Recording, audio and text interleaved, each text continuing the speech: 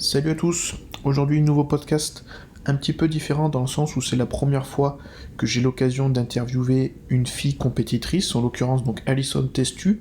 Donc je vous laisse découvrir Alison qui est donc une pro élite en bikini et qui décide de faire la transition vers la NPC cette année avec son premier show pour obtenir la carte pro en Espagne à Alicante. Donc je vous laisse découvrir Alison qui est vraiment une athlète bikini qui a une approche des choses très intelligente, très réfléchie, qui cherche à avoir la perfection sur scène dans tous les aspects, que ce soit donc au niveau du maquillage, de la prépa, des entraînements, etc. Donc voilà, je vous laisse découvrir Alison. Je vous remercie d'écouter et je vous souhaite une bonne écoute. Alors bonjour Alison, je te remercie d'accepter du coup l'invitation que j'ai faite donc, pour le podcast. Merci. Ça va être un peu, j'ai pas envie de dire spécial ni différent, parce que de toute façon chaque personne est différente, mais c'est vrai que c'est la première fois que j'ai une compétitrice, donc ça va être assez intéressant. Oui. Donc voilà, j'espère que toi ça va aussi t'apporter quelque chose en tout cas. Ouais, j'espère aussi, et puis c'est bien de parler librement. En tout cas, c'est moi qui te remercie pour l'opportunité de parler un petit peu du bodybuilding féminin. Ouais, c'est ça, parce que bon, en général, j'ai pas envie de dire, mais enfin, c'est un peu ça quand même, je pense que vous êtes un peu mis de côté, les filles, les femmes, alors que, parce que, enfin, j'ai regardé un petit peu ce qui se faisait même en Nord-Amérique, j'ai quasiment trouvé aucun podcast avec des compétitrices. Oui, non, c'est rare. Il y en a dernièrement, donc via le sponsor AD Product, je sais pas si tu connais, donc ça vient du Canada, Ouais. avec les Bikini Pro. En ce moment, il y a 2-3 podcasts qui tournent, mais sinon, à part ça, non, il y a pas grand-chose. Ouais, c'est assez dommage. Mais bon, du coup, voilà, on va remédier à la chose et en français en plus, donc tant mieux. Top. Du coup, j'ai commencé comme tout le monde, de savoir comment tu vas et puis te présenter aussi le plus simplement pour toi possible. Eh ben écoute, je vais très bien. Voilà. Bon, étant donné la période, Covid, tout ça, c'est vrai que ça pourrait aller mieux. Ouais, c'est sûr. Sinon, ça va très bien, parce que, bon, voilà, je me présente un petit peu. Du coup, moi, j'ai commencé en 2016, en fait, la musculation, en février 2016. Okay. Et pour résumer brièvement, en fait, j'avais des soucis de santé avant de commencer. J'oubliais tout simplement de manger, donc je vais pas rentrer dans les détails, mais j'oubliais de manger, donc c'était pas volontaire. Voilà, ma tête était trop occupée à faire d'autres choses, et donc je me suis retrouvée avec des gros problèmes de santé. Et puis mon chéri, qui lui était athlète et suivi par un coach portugais, m'a dit écoute, tu vas te prendre en main et puis tu vas commencer la musculation et puis tu vas faire une diète surtout pour réapprendre à manger. Donc voilà, donc début 2016, j'ai commencé avec musculation plus diète, donc les deux en même temps, Okay. avec l'eau aussi parce que je buvais pas d'eau, voilà, je buvais que du coca, donc voilà, je buvais pas d'eau, donc j'ai tout commencé en même temps, cardio, diète, musculation, voilà, je suis partie de zéro et j'ai tout fait en même temps. Donc j'ai commencé à avoir des résultats très très vite et puis mon coach m'a dit pourquoi tu ferais pas une compétition ? Alors j'ai dit non, c'est quoi ce truc de guignol, pour parler franchement, parce que les filles à l'époque, voilà, c'était un petit peu kékos. Et du coup, j'ai dit non, c'est pas la peine et tout. Puis au final, ça a commencé à me trotter un petit peu dans la tête et je me suis dit pourquoi pas. Et donc j'ai commencé en octobre 2016, donc 9-10 mois après avoir commencé et la muscu, la diète, à faire une compétition en fait qui était au Portugal. Donc c'était dans un salon. Et à partir de ce moment-là, en fait, j'ai jamais arrêté. Et pour résumer un petit peu plus clairement, ensuite, je suis passée directement à l'international parce que j'étais dans la sélection nationale portugaise, entre guillemets, vu que j'avais commencé là-bas. Ouais. Et du coup, j'ai eu la carte pro donc au championnat d'Europe en 2018 en terminant donc gagnante de ma catégorie et puis dans les 3 duos overall. Et voilà, donc je suis pro depuis 2018.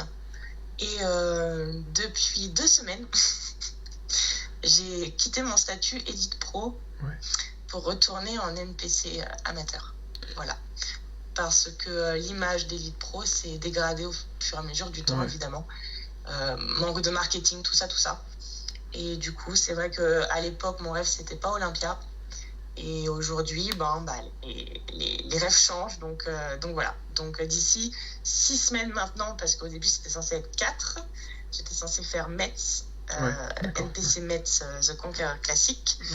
Et c'est annulé. Donc du coup, 6 semaines, il me manque 6 semaines et je serai, si c'est maintenu, à Alicante pour essayer d'avoir une carte pro. Donc voilà, en gros, en résumé. C'est super, ça rejoint plein de choses que j'ai pu entendre dans les précédents podcasts. Donc il y avait Guillaume qui était donc un pro élite comme toi et qui a la même conclusion que toi, et du coup c'est pareil, il va se tourner vers la NPC. Donc comme quoi c'est pas la vision d'un seul athlète, et ça résume peut-être bien les choses. Exactement. Si je peux te donner un petit peu plus d'informations, Elite Pro c'est très bien parce que c'est accessible en fait quand tu es athlète professionnel, parce que les compétitions sont à côté. Il y a plein de choses en fait qui sont plus accessibles que NPC. Parce que NPC, avec le Covid, là, du coup, on voit bien que si tu fais pas partie de l'élite américaine, tu fais pas de compétition, en vrai. Voilà, là, on est coincé et on se rend bien compte qu'en fait, Pro League, c'est vraiment principalement les États-Unis. Et là, nous, on se retrouve un petit peu le couteau sous la gorge. Enfin, nous, je te dis pas nous parce que je suis pas Pro League. Européen, ceux qui espèrent, tu vois, faire NPC ou Pro League se retrouvent le couteau sous la gorge, tandis que IFBB et Elite Pro, eux, ils continuent. Donc, Elite Pro, c'était accessible. Voilà.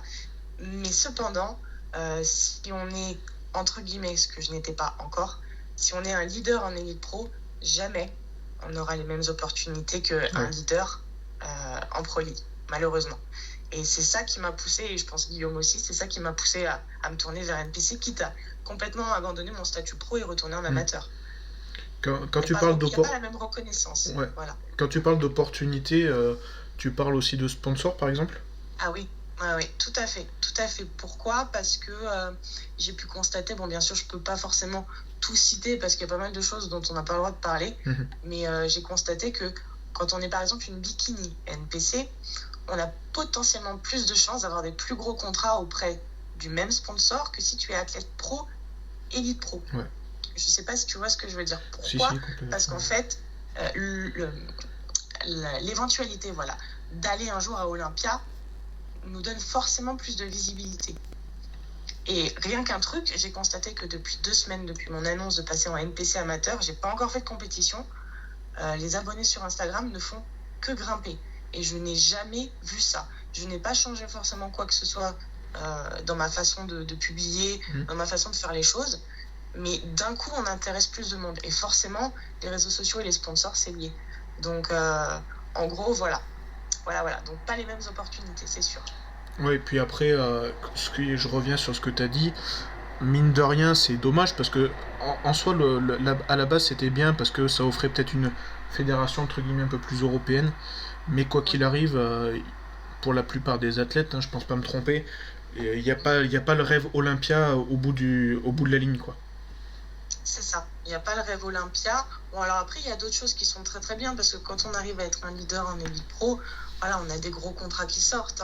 Par exemple, Dimitro en men's physique qui est toujours premier, ou Yana en bikini qui est toujours première, et Angela Borges, alors, qui était toujours première en NPC, en Elite Pro en wellness, qui vient justement de lâcher une petite bombe cette nuit, brésilienne, voilà. Pourquoi ? Parce qu'en fait, avant, il n'y avait pas wellness en Pro League. Et ça t'inquiète pas. Et depuis qu'il y a wellness en Pro League, Angela Borges, qui était leader Elite Pro, vient de faire son annonce. Elle part en NPC, elle recommence à 0 en amateur. Alors que c'était la tête de Elite Pro, en fait, cette athlète. Donc là, je pense que c'est la fin d'Elite Pro, là, bientôt. Ouais, clairement, puis c'est sûr que là, avec le wellness, c'est vrai qu'ils ont augmenté les catégories, je pense que ça va faire mal, et puis même si c'est que repoussé repousser pour même Metz, par exemple en France, la NPC attirera toujours plus de monde, quoi qu'il arrive, même dans les compétitions, il y aura toujours des Asiatiques, des Africains, enfin peu importe, mais qui viendront à ces compétitions. Oui. Puis même pour vous, en tant qu'athlète, j'imagine que, parce que tu disais, il y a la reconnaissance, mais aussi, quand tu gagnes contre un plateau un peu plus élevé, entre guillemets, sur le papier, le plaisir est pas le même. Ah, c'est sûr. C'est sûr qu'en fait, voilà, quand on est face à des athlètes, on va dire entre guillemets, renommés, bon, je dis pas ça parce que c'est vrai qu'en Elite Pro, on a eu des filles qui avaient déjà la carte pro en Pro League qui ont décidé d'aller en Elite Pro. Donc, mais voilà, sur le papier, c'est sûr qu'être contre une Isa Pecini, une Angelica Teixeira, sur le papier, ça le fait. Ouais. Voilà. Alors qu'en Elite Pro, bon, bah, on est contre une Oksana ou une Iana, ça le fait aussi, mais de toute façon, c'est pas pareil. Je sais pas comment m'expliquer, mais c'est pas pareil. Pourtant, Iana, elle a fait Olympia en 2010. Pourtant, Oksana, à l'époque où Isa Pecini, elle était même pas pro, Oksana Brigidir, l'Ukrainienne, elle était championne du monde, je sais, un nombre incalculable de fois. Et pourtant, c'est pas la même réputation. Ouais. Voilà. Donc sur le papier, ouais, ça le fait, c'est clair. Bon, il y a du chemin pour arriver jusque-là maintenant, mais ça le fait. Bah, mais bon, tu travailles bien jusque-là, donc il n'y a pas de raison non plus. Je me dis, tant qu'on travaille, un jour, on récoltera les fruits, hein, un jour. Ouais, bah, il n'y a pas de raison, pourvu que le Covid n'empêche plus grand-chose, en tout cas en termes de compétition pour toi et pour les autres athlètes, ce serait bien en tout cas. Ouais, j'espère. Parce que, donc voilà, t'es en pleine prépa, je pense que quand tu sais à 4 semaines, comment t'as réagi d'ailleurs à 4 semaines quand t'annonces que c'est mort? Franchement, alors, franchement, j'en avais rien à faire. En fait, comment est-ce que je peux traduire ça sans passer pour quelqu'un de désinvolte? Alors, en fait, moi, mes prépas depuis 2016, c'est comme si c'était toute l'année. Je sais pas si tu vois ce que je veux dire, mais en fait, je mange poulet riz brocoli ou merlu riz brocoli toute l'année depuis 2016. C'est juste les quantités qui changent. Donc, à vrai dire, en fait, on va dire que ça me changerait à mon mode de vie. C'est vrai qu'il y a beaucoup de personnes qui réagissent super mal à l'annonce des annulations des compétitions parce qu'elles se sont mis en quelque sorte dans le mal. Tu vois ce que je veux dire? Ouais, bien sûr. Tandis que moi, en fait, je vois pas ma vie au quotidien comme ça. Donc en fait, c'est comme si demain on me disait bon bah t'as un rendez-vous qui est annulé, bah, voilà, tu continues ta vie. Bah voilà. En gros c'est ça. Et puis c'est vrai que je devais commencer l'année 2020 avec 4 compétitions Elite Pro. Je devais faire le Arnold Classic Afrique, je devais faire le Grand Prix d'Oslo, je vais faire Elite Pro Madrid, et puis j'aurais aimé à la rentrée faire Arnold Classic Europe Pro une deuxième fois. Mais voilà, pendant l'été, je me suis dit, allez, qui tente rien à rien. Mais voilà, quant à l'annulation des compétitions, franchement, je me dis, c'est pas grave, ce sera pour la prochaine. Parce que, en fait, je me mets pas dans le mal vraiment, en fait. J'aime ce que je fais. Oui, c'est un suivi pour toi. Mais c'est la base, je pense que c'est ce que tu peux conseiller. Et je pense que, en tout cas, moi, c'est toujours fonctionné comme ça aussi. Comme tu dis, il n'y a que les quantités qui changent. C'est ça. En fait, exactement. Après, j'en ai discuté avec une copine qui devait faire Metz aussi, justement, qui s'appelle Fit by Chloé sur les réseaux, qui, elle, fait des prépas en diète flexible. Okay. Voilà. Et on en parlait justement la dernière fois. En fait, moi, mon mode de vie, voilà, je suis ravie avec ce mode de vie. Mais c'est vrai qu'il y a d'autres personnes, en fait, qui ne sont pas forcément satisfaites par le mode de vie de sèche. Et qu'en fait, comment expliquer, il faut juste trouver en fait le mode de vie qui nous convient le mieux pour arriver à nos objectifs une fois sur scène. Je sais pas si je me suis fait comprendre. J'avoue que des fois dans mon cerveau c'est un peu embrouillé, mais en gros oui, voilà. La base du truc en fait c'est de se sentir bien dans sa vie tous les jours et puis concrétiser l'objectif final. Donc il y a des personnes qui optent pour la diète flexible, qui peut amener à des résultats incroyables parce qu'aux États-Unis, il y a énormément d'athlètes pros qui sont avec une diète flexible. Ils reçoivent juste les macros comme ça et hop, tu fais ton truc, tu te débrouilles. Moi, je suis en diète stricte. Voilà, donc c'est merlu, asperges, des choses comme ça. Mais c'est vrai qu'à partir du moment où on aime son mode de vie... Oui, il n'y a pas ça dérange pas, c'est sûr. Après, voilà, c'est la base. après c'est dangereux pour les personnes, je pense. Bah, pour les gens qui sont habitués, je dis pas, il n'y a pas de souci, mais pour les débutants, pour les novices, quand on te dit juste, bon, bah, t'as le droit de respecter tant de macros, ou même si le coach est un peu plus précis en donnant des alternatives, ça peut vite déborder, quoi. C'est ça. Je sais pas, C'est toi, ça. comment dès le début, t'as fonctionné comme ça, du coup, ouais. Ouais, dès le début. Bah, j'avais une diète stricte, mais c'était un petit peu plus light, vu que c'était pas dans l'objectif de Ouais. faire des compétitions. C'était vraiment dans l'objectif d'abord. On a fait une sorte de détox, façon de parler. Il y avait pas de diète spécifique. C'était vraiment histoire d'enlever tout le gras, en fait, parce que j'étais toute maigre, mais bon, j'étais toute flasque aussi. Mm. Donc vraiment, c'était voilà, dans le but d'enlever tout le gras. Donc c'était une diète basique, fromage blanc, banane, un peu de protéines, du riz, du poulet. Enfin voilà, des trucs simples. Et c'était strict direct pour moi. Mais par contre, j'ai jamais débordé. Depuis 2016, en fait, mon copain me prend pour une tarée. J'ai jamais débordé de ma diète de un seul gramme. Ni un gramme en moins, ni un gramme en plus. Ouais, je comprends. Sur rien du tout, mais genre vraiment autiste. Voilà. Non, mais enfin, bah, dans ce cas, je suis un deuxième autiste, donc c'est bien, tu vois. Bah, Parce c'est que, bien, bah, on n'est pas tout seul. ouais, voilà, enfin, j'ai jamais compris, par exemple, la mode des cheat meals, moi, personnellement, donc, tu vois, il y a des choses, ça fait plus de 10 ans que je fais comme ça, et ça fait peut-être au moins 8 ans que j'ai pas dû faire de cheat meal. Donc, Ah, c'est vrai? Parce ouais. que par contre, moi, dans ma diète stricte, il me dit un repas libre par semaine.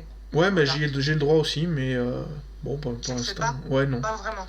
Non, non, bah, parce que je suis pas frustré, donc, en fait, j'en vois pas l'intérêt, voilà. Non, mais c'est bien, parce que moi, je suis pas frustrée pour autant. Ouais, Mais par contre, je sais que mon repas libre, j'en profite, quoi. Je me dis, allez, c'est bon, parce que j'adore le fromage. Je suis pas frustrée, mais j'adore le fromage. Mais il y en a pas dans la diète ouais. stricte, ça. Donc c'est vrai que quand il me dit repas libre, bah, c'est sûr qu'il va y avoir du fromage. Ça, c'est sûr. Mais voilà. Pour autant, il n'y a pas de frustration derrière, mais il y a des choses que j'adorais avant, voilà, que je fais plus maintenant, Ouais, mais mais sans après, frustration. voilà, il faut garder la notion aussi de plaisir, mais bon, toi c'est encore, enfin t'es à un niveau bien au-dessus, t'es athlète professionnel, donc c'est aussi un niveau quand même au-dessus, donc bon. Et puis quand t'as eu les résultats que t'as eu avec ton coach, enfin, t'as pas d'intérêt à pas l'écouter non plus, donc. C'est vrai. Ça me touche pour lui parce qu'il peut pas comprendre ce podcast parce qu'il est portugais, Mm. mais ça me touche pour lui parce que il m'a fait confiance depuis le début et puis ça fonctionne bien, quoi. Donc c'est vrai que ça fait depuis 2016, quoi. Et je pense pas que je changerai de coach. Ouais, bah, quand t'as trouvé, puis je pense que ça te fait, dans une prépa, bah, la preuve en plus que toi tu fais une diète stricte, il y a besoin d'équilibre. Si tu changes de coach toutes les prépas, l'équilibre, c'est pas le même, quoi. C'est ça, l'équilibre, c'est pas même. Et puis même déjà avec mon coach, à chaque fois, on a l'impression de travailler avec une personne différente en face parce qu'à chaque prépa, c'est complètement différent en Bien fait. sûr, ouais. Chaque prépa, il applique supposément au début la même chose et il se dit putain, merde, il va falloir que je change tout parce que son corps il répond plus pareil que la dernière fois. Ouais. Donc c'est vrai que déjà ça, entre nous, l'équilibre, c'est compliqué à trouver, mais alors j'imagine même pas changer de coach. Bah, Mais ça aussi, ça c'est un point super important. D'ailleurs, tu fais bien d'en parler parce qu'en France, il y a beaucoup de personnes, et ça, bon, il faut que je le dise, qui changent de coach comme de slip. Voilà. Donc, quand il n'y a pas les résultats aux compétitions, les personnes changent de coach. Quand il n'y a pas les effets immédiats escomptés, genre on veut tout pour hier, on change de coach.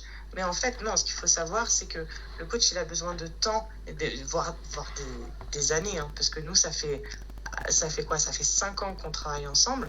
Ça fait que 5 ans, et encore, c'est pas fini, qu'on se connaît vraiment par cœur. ouais. Donc, il faut énormément de temps. Et moi, je conseille à toutes les personnes qui commencent avec un coach de leur laisser beaucoup de temps, quoi. Des années avant de changer. Et de voir ce qui peut sortir de là, quoi. Exactement, je suis assez d'accord avec toi parce que bah, personnellement, je vois pas l'intérêt de faire des programmes au mois, par exemple, aux gens, des suivis au mois. C'est pas un mois que Ouais, tu peux connaître ne serait-ce que la personne. Donc, ça, c'est sûr. pour en revenir du coup à tes débuts, donc directement en muscu, est-ce que tu te rappelles à peu près comment tu t'entraînais à ce moment-là et comment ton entraînement a évolué jusqu'à aujourd'hui?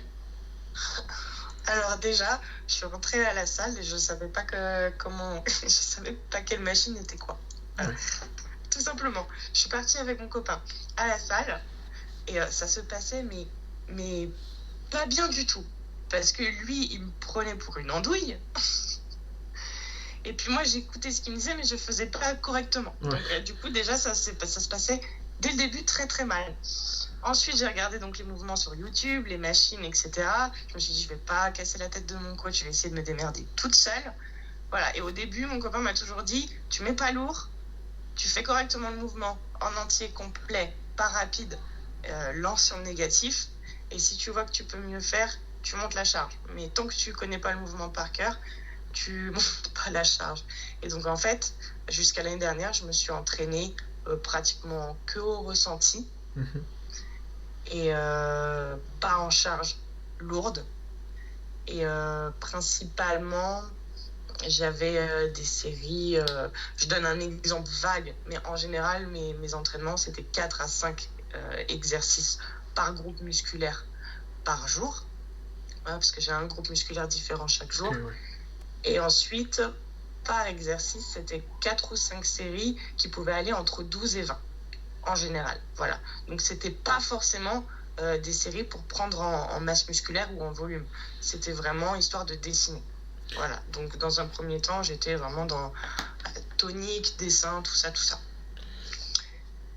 Et il s'est avéré que... avec ce genre d'entraînement, j'ai pris énormément d'épaules et j'ai pas forcément pris beaucoup de bas du corps. Donc voilà, et donc récemment on a changé la technique, donc maintenant je travaille pratiquement que en très lourd. Donc je fais des séries de 10 à 12 reps par exemple, principalement pour le bas du corps, histoire de reproportionner tout ça, parce que c'est vrai que ma silhouette du coup c'était un petit peu tout en épaules et très peu de jambes. En gros, voilà, j'ai résumé.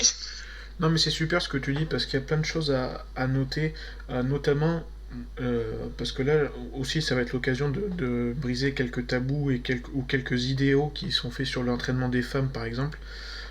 Déjà, tu fais pas de full body. Déjà. Non, je ne fais pas de full body du tout. J'en ai jamais fait. Ouais. Et là, par exemple, tu viens de me dire que pour rattraper les cuisses, t'es pas en train de faire des séries de 30. Ce qu'on peut voir en salle, Non, par exemple, pour les femmes. pas du tout. En fait, j'ai jamais fait de série de 30, sauf pour les fesses, en isolé. Ok. Et c'était au tout début. Voilà. Donc, non, pour les jambes, donc principalement ischio et quadriceps. Parce que c'est vrai que moi, je fais vraiment un muscle différent par jour. Les fesses sont toutes seules et à part. Ok. Donc, pour les quadriceps, non, en ce moment, ça va être du très, très lourd. Très, très lourd. Et grand maximum que je puisse avoir, c'est 20 répétitions. Mais je charge quand même le maximum et en général à 12-13 répétitions. Je suis en galère, je dois baisser la charge, mais je continue jusqu'à 20. Okay. Voilà, ça va être le grand max, mais j'aurai pas plus. Après, il y a un autre point qui est assez marrant que je veux te demander. Enfin, c'est marrant, je sais pas du coup. Mais t'as une morphologie donc assez avec des membres assez longs, donc t'as des grandes jambes, on voit des grands bras aussi. Est-ce que pour gagner en galbe musculaire et gagner tout simplement en cuisse fessier, est-ce que tu fais beaucoup de squats? Alors, jusqu'à il y a 8 mois, je ne faisais pas de squat en fait. Ouais. J'ai jamais fait de squat. Pourquoi? Parce que ayant les articulations très très fines, mais genre très fines, ouais. Poignets, chevilles et les genoux très fragiles, j'ai jamais fait de squat. Sauf que j'ai vu qu'en fait, sans faire de squat, j'avais un retard sur les ischios. Et puis, j'avais un retard sur les jambes, principalement en général. Voilà. Et donc, du coup, je me suis mis au hack squat récemment. Ou sinon, je me suis mis au squat avec halter. Mais les squats à la Smith, je ne fais pas. Je suis dans l'incapacité de le faire. Pour mes genoux, c'est pas possible. Bah, je pense que oui, enfin, je juge qu'à partir de photos, mais je pense pas que la morphologie que tu as soit adaptée à ce mouvement en tout cas.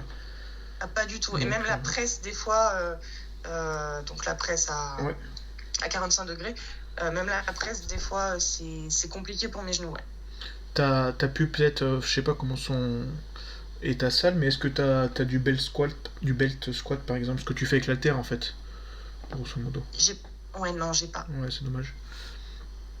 Après, bon, enfin, je veux dire, quand tu dis que t'as un retard, mais bon, je pense qu'il y a beaucoup de personnes et même de garçons qui aimeraient peut-être avoir tes cuisses, donc bon. C'est gentil. Maintenant, peut-être. À l'époque, non. Non, non, mais bon, je veux dire, c'est vrai que toi tu fais 3 séances de bas du corps, du coup. C'est Si, ça. si certains pouvaient juste t'en piquer une, ça serait pas mal déjà, donc. Oui, c'est vrai que j'en vois pas beaucoup, hein. Mais on va pas parler de ça parce que ça, c'est tabou, ça. Ouais, ouais, Tabou. c'est pas bien. On Puis peut bon, parler. Mais c'est vrai qu'il y a pas beaucoup de personnes qui font le bas du corps. Sauf les compétiteurs. quand on fait du foot, Voilà. on n'a pas besoin de faire du bas du corps, donc c'est bon. Du coup, et d'ailleurs, au Portugal, comment ça se passe dans les salles un petit peu? Alors au Portugal, dans les salles, enfin, de quoi tu veux qu'on parle expressément en fait? Du coup, le type d'entraînement, la mixité homme-femme, enfin, Ouais, il y a plusieurs choses dont tu veux parler par rapport à ça. la mixité homme-femme, je veux absolument qu'on y revienne dessus parce que je sais que c'est pas évident pour les femmes de venir en salle. Donc ça En déjà. France, non, ouais. Ouais. Au Portugal, c'est plus simple, tu penses? Ouais, au Portugal, il y a beaucoup de femmes. Il y a Ok. beaucoup de femmes dans les salles de sport. C'est peut-être à cause de la mentalité un peu brésilienne. Enfin, si je peux faire le Hmm, parallèle. je sais pas du tout. Après, voilà, il y a des zones aussi, hein. C'est vrai que tout ce qui est près de la côte, près de la plage, il y a, allez, on va dire un tout petit peu moins de femmes qu'il y a d'hommes en salle de muscu, mais voilà, c'est quand même monnaie courante. Ok. Donc après, potentiellement, dans le sud de la France, il y a aussi beaucoup de femmes qui font de la muscu, tu vois. Mais voilà, plus t'es près de la plage, plus les gens ont envie de montrer leur corps, et Hmm. du coup, voilà, plus t'as des deux, femmes et hommes. Et ouais, et comment donc quand tu t'entraînes par exemple, est-ce que tu sens le regard des gens sur toi, enfin et notamment des hommes du coup, plus que sur quelqu'un Alors, d'autre? alors justement, au Portugal, c'est plutôt un regard impressionné et admiratif. En France, c'est pas la même chose. Donc, je vais te donner deux exemples de salles de sport dans lesquelles je me suis entraînée. Donc, je me suis entraînée dans la mienne, dans laquelle je suis depuis 2016. Donc, c'est une très vieille salle, pas du tout une grande chaîne qui n'est pas connue du tout. Donc, elle est dans le Val d'Oise, en fait. Ok. Et ouais, elle n'est pas connue. Donc, en fait, c'est que des vieux ou des adhérents qui sont là depuis perpète. Mais voilà, pas de racaille, on va dire, entre guillemets. Pas l'amour, Voilà. ouais, ouais, je Donc, vois. juste des gens qui font leur truc, qui viennent et qui s'en vont. La deuxième salle dans laquelle je me suis entraînée, c'est un fitness park. C'est quand ma salle était fermée exceptionnellement, j'allais m'entraîner là-bas. Et alors là-bas, par contre, ça c'est différent. Voilà. C'est la salle où s'entraîne mon copain. Et du coup, là, les mecs, en fait, c'est un regard différent. C'est un regard... comment expliquer? Au début, quand j'ai commencé, c'était un regard... Ah, elle est pas trop mal celle-là. Aujourd'hui, maintenant, quand je vais m'entraîner, les gens me regardent, mais par contre, il n'y a personne qui m'embête. Je crois que les gens, ils ont un peu peur. Parce que du coup, c'est vrai que j'ai tendance à être, je vais pas dire sèche, mais à avoir des insertions musculaires très prononcées. Et c'est vrai que les gens, quand ils me voient, ils vont, enfin, surtout les mecs, ils se disent ah ouais, d'accord, ouais, bon, bah, elle a pas le temps, elle. Voilà, c'est plutôt ce genre de regard-là, en fait. Se Ouais, dire, putain, elle ressemble à un. Ouais, elle ressemble pas à une femme, quoi. Elle ressemble à un truc, mais on sait pas c'est quoi. ouais, ils ont pas l'habitude, ouais. Voilà. Et puis j'en ai même un dans le fitness park qui a dit putain, t'es plus musclé que mon pote. Il est venu moi, il m'a dit t'es plus musclé que mon pote. Et son pote qui était assis sur le banc, il a dit arrête, ça se fait pas. En plus, ils étaient balèzes, vraiment. Mais vraiment, enfin, le mec est assis, il l'a mal pris, quoi. Ouais. Donc voilà, un petit peu. Et toi justement quand comment tu le ressens quand tu vois ça ou quand des mecs viennent te parler et comment ton copain aussi il l'a pris à ce moment-là? Alors, quand les mecs viennent me parler, j'ai mon copain qui vient me dire à la fin de la séance qu'est-ce qu'il voulait, lui. Ouais. Et en fait, donc quand je lui dis qu'en fait c'était juste pour dire que, entre guillemets, j'avais fait un beau boulot mais sans drague aucune, il me dit ah d'accord, et puis voilà, on passe à autre chose. Mais ouais, les personnes qui m'abordent en fait en général, c'est pas du tout pour de la drague en fait. C'est vrai que alors moi personnellement, j'ai jamais été draguée. Jamais. Pas une seule fois, on est venu me faire tout un cirque là pour me draguer. Parce qu'en fait, comment expliquer, mon copain, quand il m'a dit, la première fois avant que j'entre dans une salle de sport, il m'a dit, quand tu t'entraînes, tu regardes par terre, t'es pas là pour faire la belle, parce que si jamais tu t'es là, t'es pomponné, t'es maquillé, etc., tu vas te faire emmerder à coup sûr. Donc à partir du moment où tu t'entraînes, si tu veux t'isoler, tu mets tes écouteurs, ça montre que t'es pas dispo, tu te mets à fond dans ton truc et tu paraîtras inatteignable, on va dire entre guillemets. J'ai appliqué ça dès le début, il avait raison finalement, je me suis jamais fait emmerder. Ouais, je suis assez d'accord avec lui. Au plus les gens ils voient que t'es focus, et puis bon, bah maintenant il y a en plus des moyens, comme tu dis, les écouteurs et tout. En général, après t'es plus emmerdé, quoi. C'est ça, exactement. C'est pas une question que d'être, comme tu disais, enfin d'être méchant, ou d'être même un but de sa personne, non, c'est juste que bah, quand t'es là pour faire ta séance, voilà, c'est pas. Bah, c'est sûr que. Si moi quelqu'un me parle pendant ma séance, je sais que ma séance elle va être bousillée. Donc je perds toute connexion. Donc après, c'est foutu. Ouais. Et si je te pose les mêmes questions, mais par rapport aux réseaux sociaux, là, cette fois-ci? Alors, est-ce que on m'embête? Non, pas forcément embêté, mais enfin, si je reprends, tu vois, il y a des exemples un petit peu tragiques, entre guillemets, ces derniers temps dans le bodybuilding par rapport à ça, des gars on s'est aperçu que, bon, bah, sur les réseaux sociaux, puis même moi, j'ai pu en parler en off avec certains qui m'ont dit que, bah, ouais, en gros, c'est un peu lourd aussi d'avoir des messages, toujours pour se moquer, ou pour critiquer, ou pour... Oui. Tu vois, il y a même Bionic Body, des fois, ils partagent qu'il y a des mecs qui viennent quand même se moquer de ses jambes. Au bout d'un moment, voilà. Donc tous ces petits peu tous ces messages. Ouais. D'accord. Ouais. Bah si je peux répondre à ça, moi, me concernant, j'ai eu, je pense, dans toute ma vie, avec les réseaux sociaux, les 3-4 messages étranges. Donc c'était des commentaires principalement qui disaient que je ressemblais à un homme, que qu'être musclé pour une femme c'est pas féminin, des choses comme ça en fait principalement. J'ai pas eu d'attaque plus que ça. Okay. Pas plus que ça. En revanche, sur les réseaux sociaux, ce qui est compliqué à gérer, surtout dans le milieu du bodybuilding francophone, c'est, je vais pas dire la jalousie parce que je ne sais pas si les gens sont jaloux, mais en tout cas les gens sont rageux et haineux entre eux. C'est-à-dire qu'en fait, dans le milieu du bodybuilding francophone, je ne vois pas l'entraide que je vois dans d'autres pays ou que j'ai vu au Portugal. C'est-à-dire qu'en fait, tout le monde a la même passion au Portugal, par exemple, et tout le monde est là pour tout le monde. Tout le monde s'entraide, personne se personne se cherche des noises, en fait, alors qu'en France, c'est une rivalité en permanence. Et malsaine en plus, parce que ça va de l'intimidation à des vols en backstage, parce que j'ai des filles françaises qui se confient à moi sur leur compétition, vu qu'en plus je donne des cours de posing. Donc voilà, donc ça c'est la mentalité française en fait. Et c'est vrai que ailleurs, pour avoir fait des compétitions dans plein de pays différents, c'est pas comme ça. La France, c'est le seul pays où je vois ça. Ouais, c'est assez dommage d'entendre ce genre de choses. Je sais même pas quoi répondre à ça. Mais en gros, critiquer les autres coachs. C'est ça, en backstage, c'est ton coach, il aurait pas dû faire ça sur toi. Moi, je pense que j'aurais fait différemment. Moi, je suis mieux que ton coach. J'ai vu que ça, tout le temps. Bah ça c'est marrant parce que quoi que ça existe aussi aux États-Unis chez certains préparateurs qui vont piquer les autres athlètes, ça arrive. Mais c'est vrai que j'ai l'impression que, je sais pas si tu seras d'accord avec moi, mais par exemple le fait de se plaindre aux juges, c'est très commun chez nous. Oh, mon Dieu, oui, alors c'est pire que commun en fait. Oui, Et en fait, malheureusement, le français de base pense systématiquement avoir été volé. Voilà.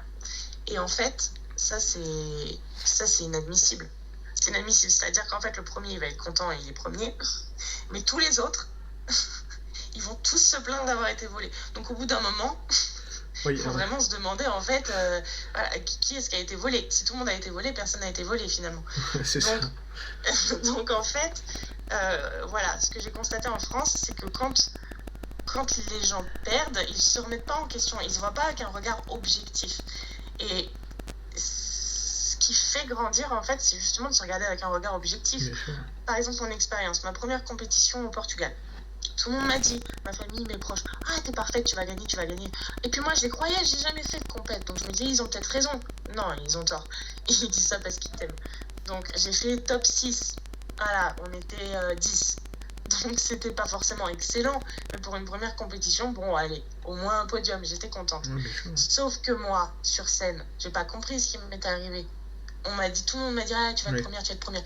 Et en fait, moi, déception, je me suis dit 6. Mais non, tout le monde disait que j'étais première. Et puis après, j'ai regardé les vidéos, les photos, j'ai comparé avec les autres filles et je me suis dit, non, ça va pas. J'ai regardé, j'ai fait, non, ça va pas. Ma fille, tu t'es courée sur toute la ligne, ton maquillage, il est aux chiottes, ta coiffure, elle est aux chiottes, ton posing, il est merdique, tu souris pas, t'es beaucoup trop sèche, t'as pas assez de fesses. Et là, je me suis dit, ok, je me suis critiquée comme une personne que j'aimais pas, sauf que l'année d'après, après mon off et après ma nouvelle sèche, bah, je suis arrivée avec un meilleur maquillage, meilleure coiffure, meilleur posing et j'avais des fesses. Et en fait, j'ai fait que comme ça jusqu'à arriver où j'en suis aujourd'hui, en fait. C'est-à-dire que c'était même pas mon coach qui me disait il faut ça, ça et ça. C'est moi qui m'auto-critiquais après chaque compète en disant ok, j'ai pas assez de ci, bah voilà, je vais travailler pour. Et le français de base ne sait pas faire ça. Au Portugal, nous, c'est comme ça qu'on fonctionne. C'est-à-dire que personne n'a été volé. Si t'as pas gagné, il y a une raison. Et même si ton corps était mieux que le premier, tout le reste n'allait pas alors. C'est parce que tu souriais peut-être pas, tu avais peut-être une attitude désinvolte. Il y a plein de choses à prendre en compte sur scène. Donc, et c'est ça que le français comprend pas. Ouais, j'étais la plus conditionnée, j'étais la plus sèche, j'étais la plus découpée, là. Oui, d'accord, t'étais la plus conditionnée, mais t'avais pas la taille fine. Donc, pas la taille fine, hop, déclassé. Un ventre gonflé en bikini, c'est pas possible. Hop, déclassé. Il y a plein de choses à prendre en compte. Et c'est vrai que, pour en revenir à ce que tu dis, le français n'est pas capable de se voir objectivement. Et tu penses que le niveau du coup des compétitions au Portugal serait plus élevé qu'en France par rapport à ça un peu? Le niveau au Portugal est très très très élevé. J'ai assisté à beaucoup de compétitions au Portugal et c'est vrai que le niveau est vraiment vraiment très bon. Comment dire? À niveau régional, national, c'est un petit peu similaire à la France, sauf que au niveau régional et national au Portugal, tu vois pas de personnes pas en condition, si tu vois ce que je veux dire. Parce qu'en France, j'ai vu des personnes arriver pas sèches sur scène, tu vois. Oui, je vois bien, très bien. Ça arrive. Hein. Ouais, ça arrive même avec chaque compétition. Tout le monde arrive conditionné. Après, ce qui va pas forcément, c'est un mauvais travail des lignes ou un mauvais posing, etc. Mais tu ne vois personne qui n'arrive pas conditionné au Portugal. Et c'est ça qui fait qu'en fait, on avait des bons athlètes. Et on a une bonne équipe nationale donc, qui représente le Portugal à l'international. Et on avait des très bons pros, type Fabio Lopez qui... Oui, je vois, voilà. Type Béatrice Biscaya, on avait des très bons pros. Et elle a fait Olympia, qui ont fait l'histoire du Portugal au final. Elsa Pena, etc. Ouais, donc c'est sûr que le niveau est peut-être au moins aussi bon, parce que c'est pareil, en France, des fois, on se voit un peu plus beau que ce qu'on est. Donc, Mais par contre, en France, en men's physique pro, on a pas mal de bons athlètes maintenant. Voilà, à l'époque où j'ai commencé, voilà. Mais maintenant, c'est vrai qu'en Pro League, il y a des très bons athlètes men's physique. Mais par contre, en Pro League, il n'y a pas de bikini français. Ouais. C'est vrai. Après, à voir, parce qu'il y a peut-être une nouvelle génération qui a l'air d'arriver un peu plus sur les compétitions, je sais pas. Mais il y a peut-être, je sais pas si toi aussi d'ailleurs sur les cours que tu donnes, est-ce que tu as des élèves un peu plus jeunes en ce moment ou Elles sont principalement, elles ont entre 20 et 24 ans en règle générale. Parce que j'ai l'impression que tu sais, ça s'est un peu démocratisé, et donc Toi, même au niveau de tes compétitions, est-ce que tu vois qu'il y a de plus en plus de jeunes ou pas? En IFBB Elite Pro, non, c'était le gratin, si je peux dire ça. C'est toujours les mêmes têtes qu'on voyait en Elite Pro. Ouais. Donc c'était les anciens leaders amateurs. Maintenant, en IFBB amateur, donc voilà, la nouvelle génération qui arrive, ouais, c'est 20-24 ans. Et c'était principalement des Russes. Okay. Voilà, parce que là-bas, c'est une fabrique à Bikini Fitness là-bas. Ouais. Mais Bikini Fitness, IFBB, hein, pas NPC. Par contre, pour les cours de posing que je donne, donc maintenant je donne IFBB et NPC aussi un petit peu. Okay. Pas forcément pour les poses en soi NPC, mais surtout pour la cohérence générale du posing et puis l'attitude. Parce que je pense que on peut ajouter un petit peu de grâce en NPC, même si je trouve que le posing NPC est un peu simple. Voilà, il est un petit peu simple par rapport à IFBB. Quand tu dis simple, c'est un peu plus rigide, tu veux dire, ou De quoi ? Tu penses que c'est plus rigide, entre guillemets, dans les poses ? Non, pas plus rigide, mais moins travaillé. Okay. C'est vrai qu'en NPC, on demande plus à exécuter les poses avec une transition basique, alors que c'est vrai qu'en Elite Pro, on demandait vraiment, par exemple pour la routine, d'être créatif, quoi. Il fallait vraiment que ce soit dansant. Voilà, c'est ça que je voulais dire. Ok, ouais. Et donc toi, au niveau... parce que tu as une connaissance quand même de toutes les athlètes assez impressionnante. Comment ça t'est venu tout ça ? Parce que quand tu as commencé en 2016, tu faisais rien. Tu faisais pas de... Tu t'étais pas intéressé par ce milieu-là. Et comment tu es arrivé du coup à accumuler autant de connaissances et même à arriver à donner des cours de posing du coup ? Alors je vais t'expliquer. Donc j'ai commencé en octobre 2016 au Portugal. Et le président de l'IFBB Portugal m'a dit on veut te voir à l'Arnold l'année prochaine et au championnat du monde amateur. Alors je me suis dit ok, je vais tout donner, etc. J'ai fait l'Arnold Classic Europe 2017 un an après et j'ai fait il a fait 9e. Et quand j'ai regardé un petit peu ma présentation sur scène, je me suis dit bon, c'est mieux mais ça va toujours pas. Et en fait, je me suis tuée de vidéos YouTube avec les posings des Russes principalement. Je me suis jamais inspirée de la France, principalement les Russes parce qu'elles sont limite en avance sur tout. Voilà, donc je me suis inspirée des Russes parce que j'avais justement un mois et demi après le championnat du monde. J'ai changé mon maquillage, j'ai changé ma coiffure. Je me suis dit, je vais essayer d'améliorer un peu plus. Je vais essayer d'arriver moins sèche, plus balèze, etc. Parce qu'au championnat du monde, elles sont plus balèzes qu'à l'Arnold Classic Europe, alors qu'elles étaient déjà balèzes. Donc je me suis dit, je vais arriver plus balèze. Et du coup, on m'a fait manger. J'ai travaillé mon posing. Et finalement, au championnat du monde, je suis arrivée 5e. Donc c'était mon premier podium en international. Et mon président, qui n'en revenait pas parce qu'aucune athlète à l'international en bikini au Portugal n'avait déjà fait un podium, donc lui il était aux anges. Il m'a dit t'étais très très bien. Il m'a dit par contre ton maquillage et ta coiffure ça va pas. Oh putain, j'étais convaincue que c'était parfait. Et je me suis dit mais comment est-ce que c'est possible ? Et donc du coup je me suis dit vraiment faut que tu t'y mettes. Je me suis entraînée je sais pas combien de fois à me refaire le maquillage, la coiffure. Et au final ensuite j'ai fait le championnat du Portugal, donc c'est l'équivalent du championnat de France. Hein. Okay. Sauf que nous, à l'époque où je l'ai fait, on avait une carte pro si on gagnait le overall. Donc j'ai fait le championnat du Portugal, j'ai gagné le overall, donc j'ai gagné une carte pro. Une semaine après, j'ai fait le championnat d'Europe et j'ai gagné ma deuxième carte pro.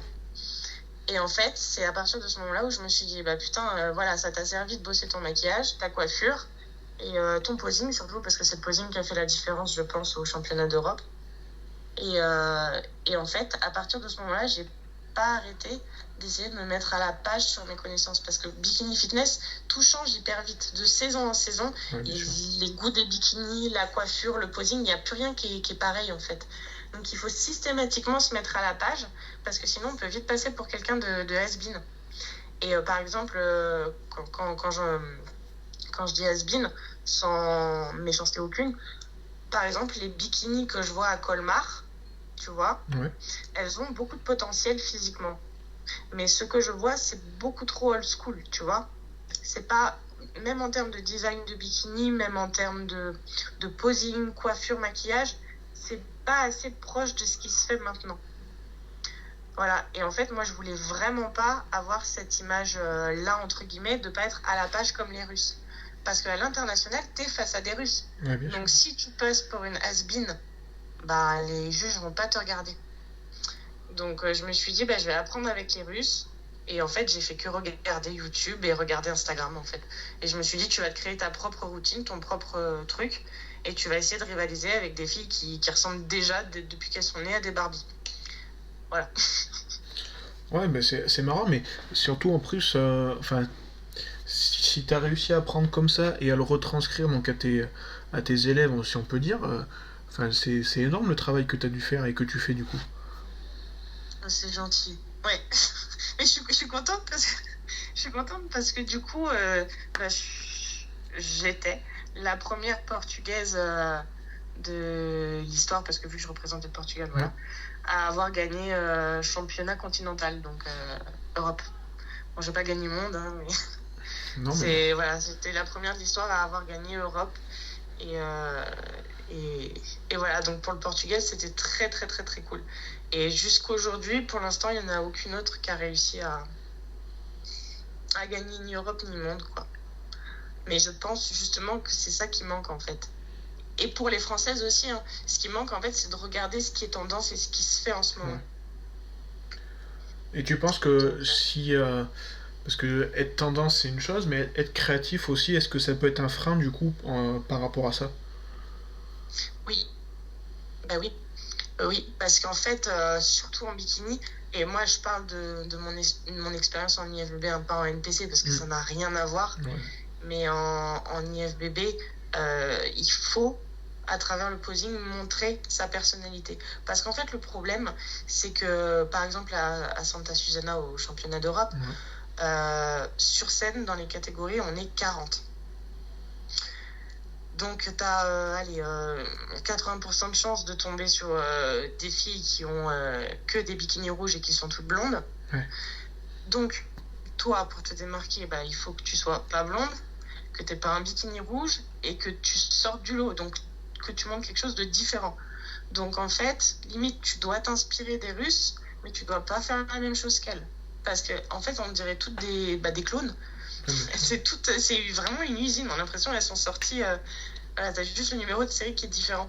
Donc vraiment, si t'es pas créatif et si tu mets pas ta personnalité ou même encore mieux des émotions dans ton posing, t'as 90% de chances que les juges ne te voient jamais. Surtout qu'ils ont très peu de temps pour analyser 40 filles. Ouais, c'est Donc ça. il faut vraiment capter l'attention et briller tout de suite. Et donc toi, c'est quoi donc les meilleurs conseils? Donc tu nous as dit maquillage, enfin regarder ce qui se Oui, fait. Donc ça serait le maquillage, package. coiffeur. Ouais, maquillage, coiffure. La couleur du bikini par rapport au teint de la peau, puis par rapport au fond de la scène, Mhm. ce qui est très important. Donc, toujours prendre 2 bikinis, voilà, de couleurs chaudes et couleurs froides. Ensuite,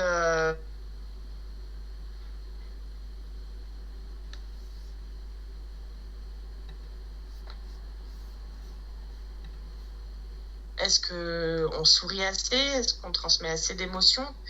Est-ce qu'on n'est pas en retrait par rapport à la lumière sur scène? Enfin, il y a Ouais. tellement de choses à prendre en compte. Est-ce qu'on n'est pas trop sec, trop rempli, trop caché?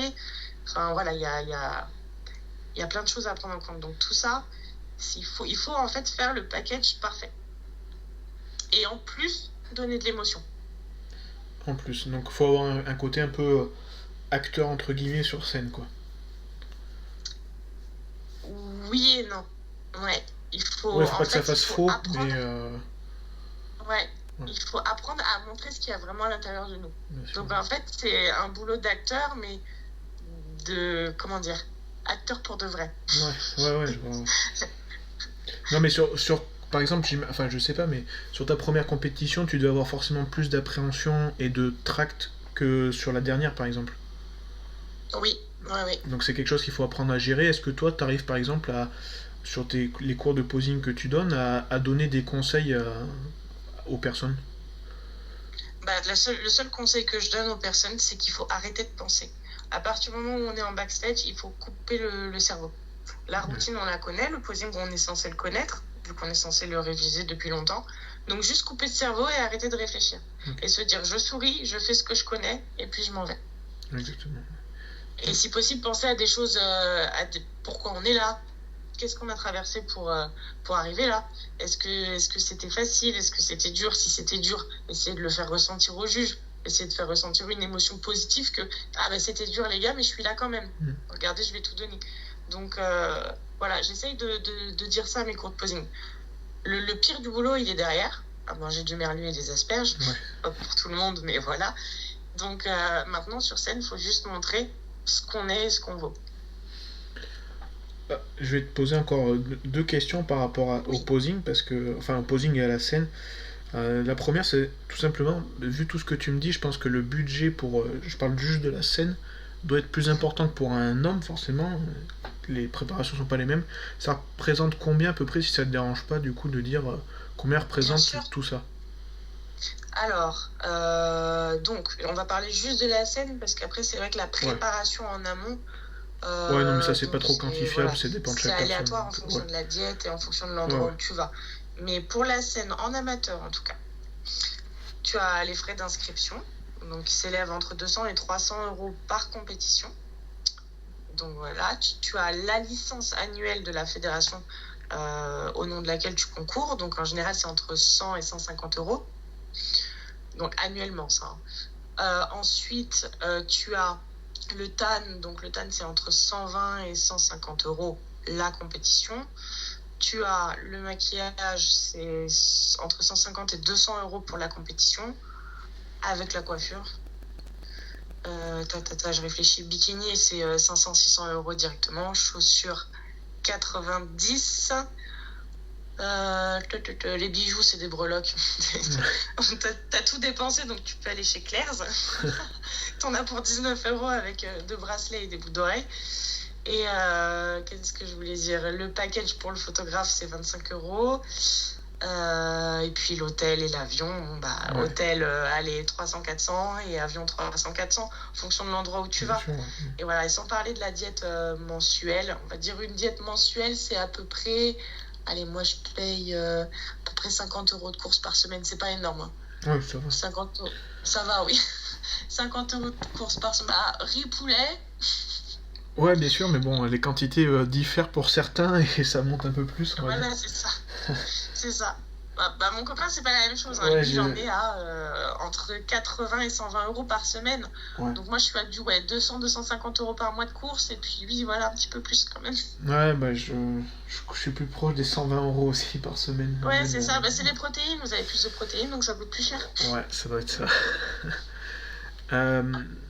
Après, sur le posing, alors c'est un truc, au fur et à mesure que je t'entendais, et vu comment tu parles du posing, en fait, pourquoi tu penses pas, enfin peut-être que tu le penses déjà, faire fitness en fait en NPC? Ah, eh bien, je n'y ai jamais pensé. Ok, voilà. Ça va être ton sujet du soir à penser. Mais en fait, pas parce que c'est pas une bonne idée, mais tout simplement parce que je ne sais pas, à part le posing, je ne sais pas danser. Ok. J'ai fait de l'acrobatie quand j'étais petite, mais du coup, je vois que fitness, il y a vachement de mouvements très complexes qui nécessitent beaucoup plus qu'une année d'acrobatie, tu sais, quand j'ai 6 ans. Mais ouais, c'est de la danse plus de l'acrobatie. Et c'est vrai qu'en acrobatie, je pense pas être capable de faire ça. Ouais. C'est vrai qu'elles sont très impressionnantes en fitness, mais ouais, non, je pense pas être capable de ça. Non, mais c'est énormément de temps parce que du coup, elles cultivent leur corps, mais en plus, elles ont le double du temps parce qu'il faut qu'elles cultivent aussi la danse. Je sais plus dans quelle génération Iron où il y avait une des athlètes qu'on pouvait suivre justement, qui s'était fait les croisés au genou en plus et qui préparait quand même son Olympia. Et on voyait le boulot que ça demandait, c'était assez incroyable. Et oui. C'est très impressionnant. Je l'ai vu celui-là, je me rappelle plus de son nom. Ouais. Là, ça me vient pas tout de suite. Mais ouais, c'est beaucoup de boulot. Puis au Portugal, on avait une athlète fitness aussi. Et c'est très délicat parce qu'en plus de faire de la musculation, il faut être hyper flexible. Et forcément, en général, plus tu fais de la musculation, plus tu perds un petit peu en mobilité. Donc, il faut vraiment bosser la mobilité en plus à côté. Mais c'est peut-être pour ça que c'est populaire aux États-Unis. Bon, même si c'était Oksana la reine de cette catégorie, et ça le sera peut-être encore en décembre. Mais c'est vrai que là-bas, vu qu'elles font beaucoup de gymnastique au lycée, peut-être que ça vient de là aussi la popularité de ça. Oui, je pense aussi. Donc en gros, tu resteras quand même sur le bikini à une Pessie, même. Ouais. Oui, je resterai sur le bikini en espérant que je corresponde aux critères. Parce que du coup, c'est vrai que le retour principal sur toutes mes compétitions, c'était que, comment dire, pas que je sortais des critères, mais j'avais trop d'insertion musculaire. Ouais, t'es trop sèche, entre guillemets. Tu parais trop sèche par rapport aux autres. Voilà, c'est ça, je parais trop sèche, mais le problème, en fait, c'est pas que je suis trop sèche, c'est que je suis comme ça. C'est vrai que j'ai commencé, j'étais une maigrichonne, quoi. J'ai toujours eu la peau sur les os, et c'est vrai que pour enlever cet aspect de peau sur les os, c'est très compliqué. Ouais, après j'ai beau prendre en masse, j'ai toujours la peau fine et pratiquement transparente. Donc c'est le truc qui me porte préjudice, quoi. Les veines apparentes aussi, que j'ai toujours eu avant même de faire de la musculation, qui sont forcément plus visibles maintenant, vu que je m'entraîne et vu que le sang circule. Ouais, la vascularisation, ouais. Exactement. Mais ouais, donc ça pourrait potentiellement me porter préjudice. Donc cette année pour la prépa, là, on essaie de faire très très attention à l'épaisseur de la peau. Pour qu'elle soit bien fine aux endroits qu'on veut, mais qu'elle soit pas trop fine non plus sur les avant-bras et les épaules. Après, t'as une roue de secours, enfin si je peux appeler ça comme ça, mais c'est vrai que ça se trouve, les juges, c'est un retour qu'ils peuvent te faire, parce que faire un retour positif auprès des juges, c'est toujours bien, je trouve. Mais ça se trouve, ils te conseilleront peut-être figure plus que bikini après. Et on sait pas. Mais oui, faut tester. En élite pro, beaucoup de personnes m'ont dit que j'avais le profil body, donc figure. Le problème, c'est qu'ils m'ont juste dit que j'avais le profil, mais j'ai tout le reste qui manque. C'est-à-dire, j'ai pas la taille, j'ai pas la circonférence en fait. C'est vrai que, bon, je sais pas si tu as vu mes réseaux sociaux, mais j'ai l'air balèze, mais en fait, je suis une crevette. Et en fait, les gens se rendent pas compte parce qu'ils pensent que vu que j'ai des insertions très marquées, je suis énorme. Mais en fait, en vrai, je suis longue et fine. Voilà. Et en fait, le souci, c'est que je pense pas que concourir en figure, ce serait possible pour moi. J'ai des grosses difficultés à prendre en masse. Ouais. Et puis voilà, ça implique beaucoup de choses aussi après derrière de passer en figure. Il faut gagner énormément de masse musculaire. Et je suis bien trop fine pour ça. Ok. D'ailleurs, par rapport à ta prépa, tu disais donc avec ton coach, vous surveillez la peau. Est-ce que vous surveillez aussi le poids? Parce qu'il n'y a pas de restriction de poids, mais est-ce que vous le surveillez quand même? Alors, oui et non. Donc, en fait, ce qu'on surveille principalement, c'est l'aspect global. Cependant, donc on contrôle, j'ai un check-up par semaine pour l'instant, parce que je ne suis pas encore proche de la compète. Après, c'est plus régulier. Mais j'ai un check-up par semaine où je prends le poids. S'il descend de 200-300 grammes par semaine, on est content. S'il descend plus que ça, on n'est pas content. Dans le sens où il faut que ce soit lent et régulier, parce qu'en fait, mon problème à moi, c'est que arrivé au moment charnière de la sèche, si je peux dire comme ça, il y a des jours où je peux perdre 1 voire 2 kilos dans la nuit. Donc à partir du moment où on voit que cette journée-là peut potentiellement arriver, et ce qui est exactement le cas aujourd'hui, ce matin quand je me suis réveillée, je n'avais pas d'eau, pas de gras, à aucun endroit de mon corps, alors qu'hier j'avais de l'eau normale. J'étais censée être à 4 semaines de la compétition, donc il me restait de l'eau sous la peau. Et là, ce matin, je me suis réveillée, j'étais collée. Donc je pense qu'à partir d'aujourd'hui, si je ne prends pas mon poids régulièrement, je risquerais d'être surprise au prochain check-up. Parce que ça m'est arrivé, avec le temps on apprend, mais ça m'est arrivé dans mes premières prépas avec lui. Un jour, j'ai perdu 2 kilos. Et ensuite, il a eu beau faire une reverse, en fait, me faire manger, je perdais toujours du poids. Il n'y avait plus rien à faire, c'était foutu jusqu'à la compétition. Et je suis arrivée sur scène, j'étais écorchée. On voyait toutes mes fibres musculaires des fesses et c'était fini, c'était trop tard. Donc après, c'est des erreurs.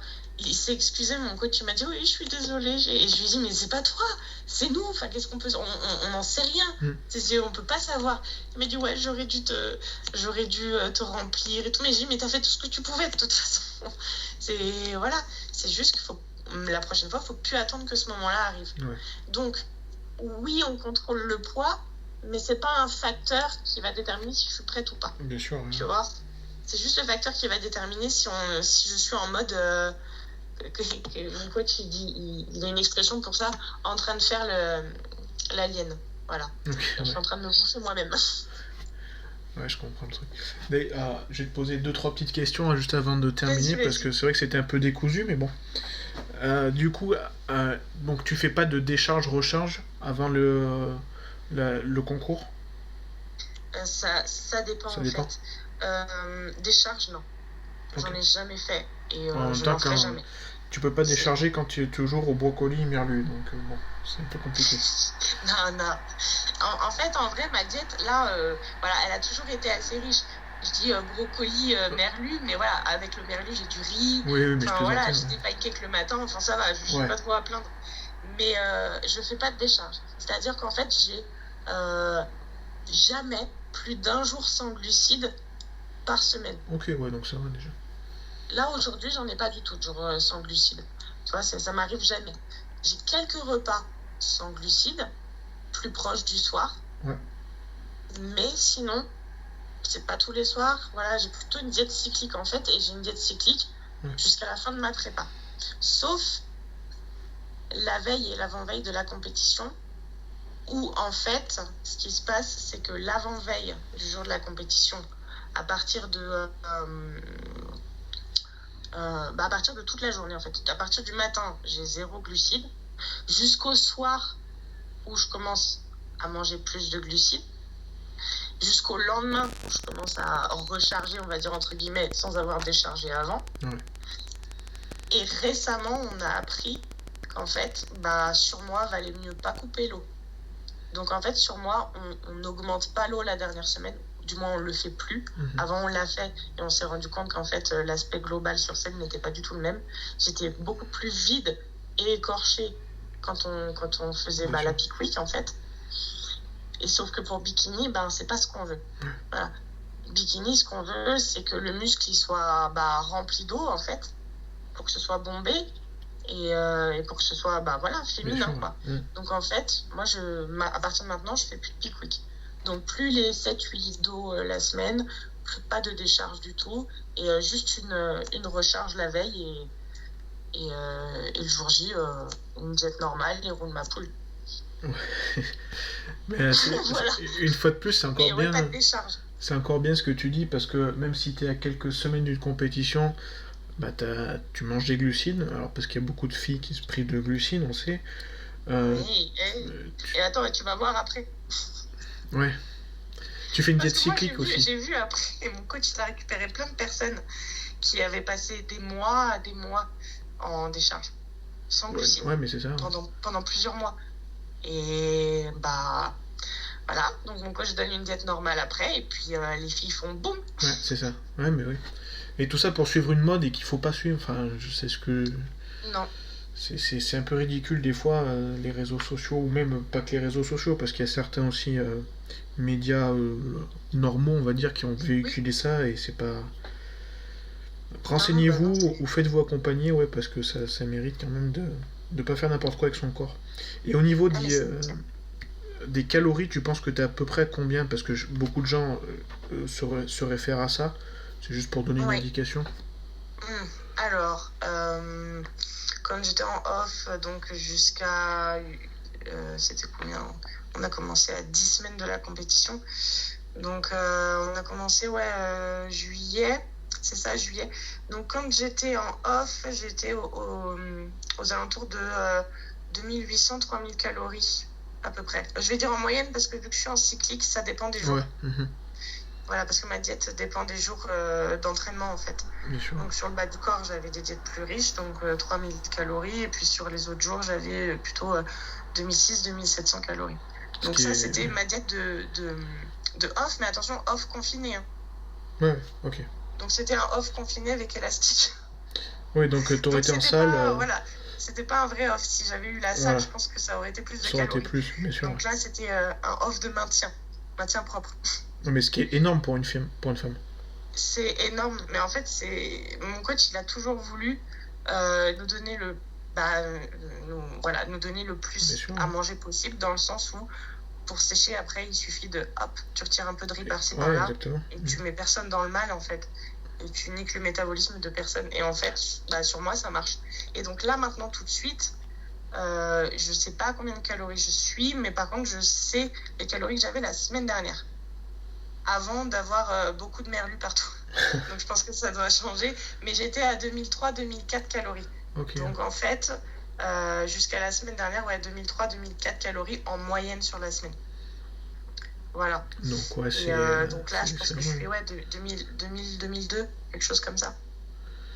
Bah, c'est super important ce que tu dis parce que bah on voit que l'importance déjà même du off-season, même si c'était confiné comme tu dis, parce que bah c'est là qu'on construit entre guillemets le métabolisme, c'est pas vraiment le terme, mais là tu es en train de le prouver parce que sécher à 2300, il y a certaines personnes qui même en prise de masse ne sont même pas à 2300 parce qu'ils ont fait des conneries avant quoi. C'est ça. Il y a beaucoup de filles que je connais qui se préparent pour des compétitions amateurs NPC. Elles sont à 1200 calories là maintenant tout de suite. Moi, à 1200 calories, je meurs. je meurs, mais vraiment je meurs. Parce que du coup, en fait, j'ai de la chance aussi.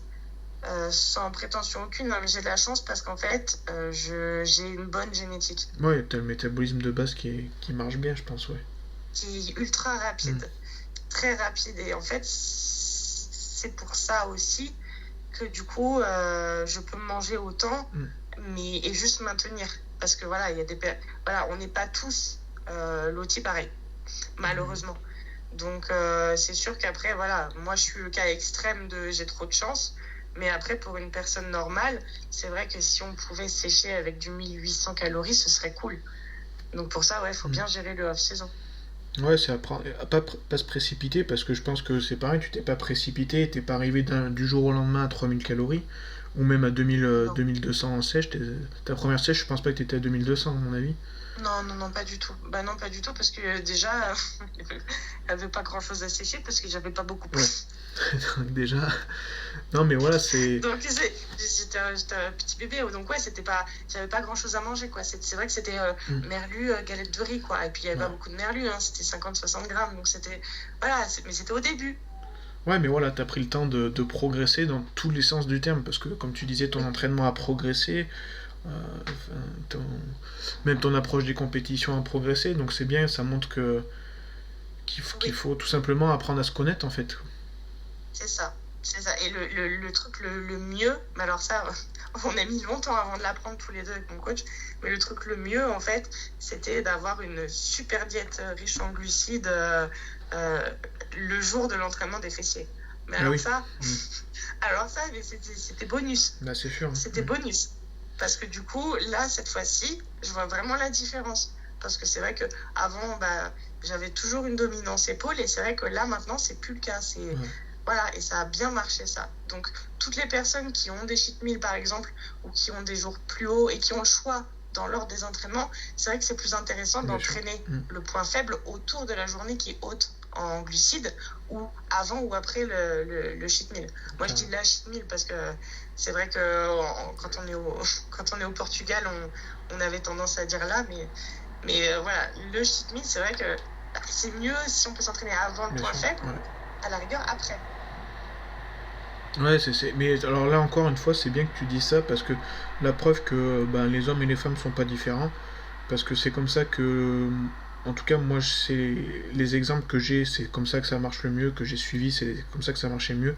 La diète cyclique, comme tu dis, et quand tu mets le plus de calories, moi en général j'aime bien faire sur le dos et les cuisses pour les gars, forcément ça explose après derrière. Exactement, ouais. Donc voilà, il y a pas de différence, c'est bien de l'entendre, et puis une fois de plus aussi, même sur ce point de vue-là, il n'y a pas de différence, il faut se laisser le temps et apprendre tout en se donnant, parce que j'imagine que même si tu te laisses le temps, quand tu vas à la salle, tu te dis pas je vais y aller mollo parce que j'ai le temps. Non, pas du tout. Ouais, voilà, donc. Oh, pas du tout, du tout. Ok, bah. Quand j'arrive à la salle, je me dis, oh, c'est le jour des jambes. Ah, mais. Là, je dis, oh putain, c'est le jour des jambes, j'ai encore mal aux jambes de la dernière fois, Ouais. de la semaine d'avant. Je dis, oh putain, il va falloir que je mette le même poids, voire plus. Mais c'est pas grave, allez, on le fait quand même et on y va. Je vais t'embêter sur 2 questions avant de te laisser, Oui. parce que du coup, je vais rebondir sur ce que tu viens de dire. Ouais, t'inquiète. Hein. Est-ce que Pause, tu, pause. est-ce que tu as un carnet d'entraînement, par exemple? Je pense que oui, parce que tu dois vouloir mettre plus que la semaine dernière, par exemple. Non, Non, même j'ai pas. pas de carnet d'entraînement. Ok. Pas du tout. C'est vrai qu'il y a beaucoup de personnes avec un carnet d'entraînement, mais moi, pas du tout. En fait, je pense que c'est mon côté autiste aussi, c'est pareil que la diète. Je sais exactement tous les poids que je mets. Ok. Et je sais exactement où est-ce que je me suis arrêtée à la séance d'avant. Et je connais exactement, en fait, j'ai des points de repère très visuels, donc en fait, ça me permet Ouais. de savoir. Voilà. Donc il y a juste le temps de repos, bien sûr, que je peux savoir par cœur, que je ne calcule d'ailleurs pas trop. Voilà, je tiens à le dire. Le temps de repos, voilà, mon coach m'a dit aux alentours d'une minute, si ça dépasse de 10 secondes ou si c'est trop tôt de 10 secondes, moi, ça m'a jamais empêché de progresser en tout cas. Bien sûr. Donc, je sais pas si toi, tu comptes le temps de repos à la seconde près. Non. Mais c'est vrai que moi, non. Quand je suis prête, j'y vais. Exactement, je suis comme toi, puis ça. J'ai quand même un chrono, hein, je dis pas, mais comme tu dis, Voilà, pas à la seconde près. Ouais, ça servirait à rien, je pense. Et Donc, la dernière question, du coup, c'est alors, tu fais quand même donc 3 fois le bas du corps. Comment tu arrives à récupérer justement? alors, donc je fais lundi quadriceps, mardi dos, bras et abdos. Donc, mercredi repos. Jeudi fesses. Vendredi épaules. Samedi ischio et dimanche repos. Donc en fait, ça laisse principalement assez de repos, sauf entre fessiers et ischio où là t'as que un peu plus de 24 heures. Non, un peu plus, t'as eu une 35 ou 40 heures de repos. Mais vu que mes fessiers sont en isolé et que j'évite les mouvements, tu sais, type squat, etc., ça pose pas de problème aussi, le jour des ischios.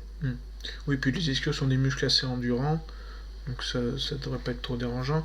Et puis aussi, il y a quelque chose qui est intéressant dans ce que tu fais, c'est que avant tes quadris et avant tes fessiers, tu as un jour de repos, et ça, c'est, je pense, assez intelligent à faire. C'est super intelligent, surtout qu'avant, en fait, j'avais mon cheat meal le samedi soir, donc je le fais toujours le soir. Toujours.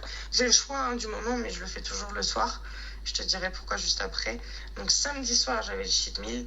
Dimanche, j'avais repos avec journée basse en glucides. Et lundi, j'avais quadriceps. Donc en fait, la journée basse en glucides faisait que je stockais pas de flotte dû au cheat meal de la veille. Mais le lundi, je faisais entre guillemets mon point faible et donc du coup j'avais toute l'énergie encore du cheat meal du samedi soir. Et donc c'est là où j'étais pratiquement le mieux en condition en fait de la semaine. C'était le lundi. Et donc pourquoi le cheat meal je le fais samedi soir? Tout simplement parce que le faire en dernier repas, c'est la chose la plus intelligente à faire. Parce que j'ai vu tellement de filles avec les réseaux sociaux et tout qui font le cheat meal en brunch, en midi ou en après-midi. Le problème, c'est qu'elles ne savent plus quand s'arrêter. Exactement. Et elles ne savent plus quand reprendre la diète, surtout. Donc, en fait, quand tu fais un repas qui dure 2h30, 3h, qu'après, tu n'as plus faim jusqu'à au moins 17h, tu te dis, je me vois mal reprendre ma diète juste après. Donc, en fait, limite, elles font de la merde toute l'après-midi et après, ça part en cacahuète pour le reste de la diète. Et j'ai vu des filles partir en sucette juste à cause du cheat meal mal placé dans la journée. Alors que tandis que si tu le fais le soir, c'est ton dernier repas. Quand tu es en pleine digestion, logiquement, tu es censé avoir un coup de barre, tu vas te coucher. En plus, ouais. Tu redémarres ta journée fraîchement. Ouais, mais c'est ça, et c'est super intelligent aussi au niveau des personnes qui sont assez, qui peuvent être assez stressées, notamment aussi à cause du manque de glucides dans la diète ou de la prépa. Oui. Et tac, ça permet justement de calmer un peu le cortisol et de s'endormir beaucoup mieux et de se réveiller beaucoup Exactement. Se réveiller nouveau. Voilà. C'est super, tu as une approche très intelligente de la chose, c'est super intéressant de t'entendre. C'est dommage même de pas rester plus longtemps, entre guillemets. Mais bon, là, on a fait déjà une bonne heure, 1 heure et quart. Donc c'est quand même pas mal. Puis tu as des impératifs aussi derrière. Juste d'ailleurs, à propos de ça, est-ce que tu peux nous parler justement d'où est-ce qu'on peut te joindre sur les réseaux sociaux? Et puis qu'est-ce que tu proposes aussi sur ton site web qui est super bien fait d'ailleurs? Ah, c'est gentil. Alors, sur les réseaux sociaux, donc moi c'est Alison Testu, donc A2LISONTESTU. Voilà. Donc sur les réseaux, mon profil c'est un peu basique. Je propose des recettes principalement. En général, voilà, j'ai toute une colonne sur mon feed Instagram où je montre un petit peu ce que je mange, je propose des recettes, etc. Malheureusement, je filme pas mes entraînements parce que, comme je t'ai dit la dernière fois, j'ai une salle qui est old school, un peu très ancienne, très mal éclairée, etc. Donc, c'est pas Instagrammable, voilà. La moquette verte, type imitation gazon, c'est pas Instagrammable. Je le mets pas. Voilà, donc le contenu que je peux offrir, c'est principalement sur mon site web. Et donc, j'ai un petit e-book en vente sur mon site web, donc, qui est dans le lien dans ma bio. Ce petit e-book, c'est en gros les quelques étapes primordiales avant de se lancer dans une compétition. Okay. Donc, j'ai écrit un mini e-book, vraiment histoire de tourner un petit peu le début des prépas en quelque chose d'un peu rigolo, quoi. Voilà, donc j'explique à tous les débutants un petit peu ce qu'ils vont rencontrer par rapport à leur boulot dans la société, etc., les a priori par rapport au bodybuilding, etc. Donc j'ai fait un petit e-book là-dessus, marrant, qui s'était bien vendu quand je l'ai sorti, donc je suis contente. Et je l'ai fait en français et en anglais. Et ensuite, sur mon site, je vends 2 e-books de posing. Donc un en anglais et un en français. Donc c'est pour le posing bikini IFBB, pas le NPC malheureusement. Okay. Je ne m'estime pas assez compétente pour écrire quoi que ce soit sur du NPC tant que je ne serai pas pro. Si un jour je le suis, voilà. Mais pour l'instant, c'est pas pro. Donc voilà, donc je propose ça. Et en fait, c'est une formation en ligne, donc détaillée en images, avec toutes les transitions, toutes les étapes en fait, pour se monter le package parfait de bikini. Donc je parle même du maquillage, de la coiffure, du tan, pourquoi est-ce qu'il faut faire ça et pas autre chose. Et tout est illustré en images, avec tous les liens vers le revendeur que moi j'utilisais. Donc voilà, ça c'était pour mon site web. Et pour me joindre, il suffit de m'envoyer un petit message direct. En général, je réponds en 5-10 minutes. Ouais, ça c'est... J'ai pu le voir, donc c'est vrai. Ouais, parce que j'aime bien. Parce que moi, à l'époque où j'ai commencé, quand je faisais des compétitions, j'avais quoi? Avant d'avoir la carte pro, j'avais 4000, 100 000 abonnés, même pas. Et des fois, quand j'écrivais des messages aux personnes que j'admirais, j'avais jamais de réponse. J'attends toujours la réponse. Ouais. Je me suis dit, comment c'est possible si un jour je serais pas comme ça? Et du coup, là, je suis contente parce que je suis toujours pas comme eux, mais je suis toujours pas comme ça non plus. Ouais, c'est bien parce qu'en tout cas, oui, je pense que ça permet de montrer que t'es humaine et tu restes les pieds sur terre, donc aussi c'est pas mal, quoi. C'est gentil. Ça montre qu'on n'est pas obligé de faire ce sport et d'être narcissique. Et d'ailleurs, la plupart des gens que moi j'ai pu rencontrer sur les podcasts sont pas du tout comme ça, donc c'est bien que c'est plus l'image qui est mauvaise de base que les personnes. Tant mieux. J'espère que du coup, il y a pas mal de gens qui restent quand même les pieds sur terre parce que c'est juste. Voilà, c'est juste. Instagram, c'est juste une vitrine, quoi. Ouais. Donc, voilà, le nombre d'abonnés fait pas la personne. Exactement. Et écoute, en tout cas, merci beaucoup. Je te souhaite une bonne fin de prépa et surtout, je suivrai avec attention donc ce concours en Espagne à Alicante, donc où il y aura aussi Antoine avec qui j'ai fait un podcast qui va le faire.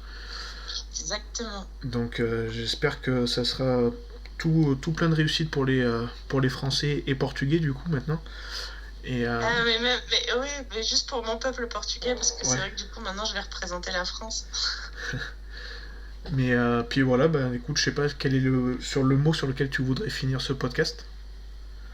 Bah déjà, moi je te remercie parce que j'ai jamais fait de podcast. Donc ça me fait très plaisir que tu m'aies contacté parce que je me suis dit, ah bon, il veut faire avec moi, mais pourquoi? Donc vraiment, ça me fait super plaisir.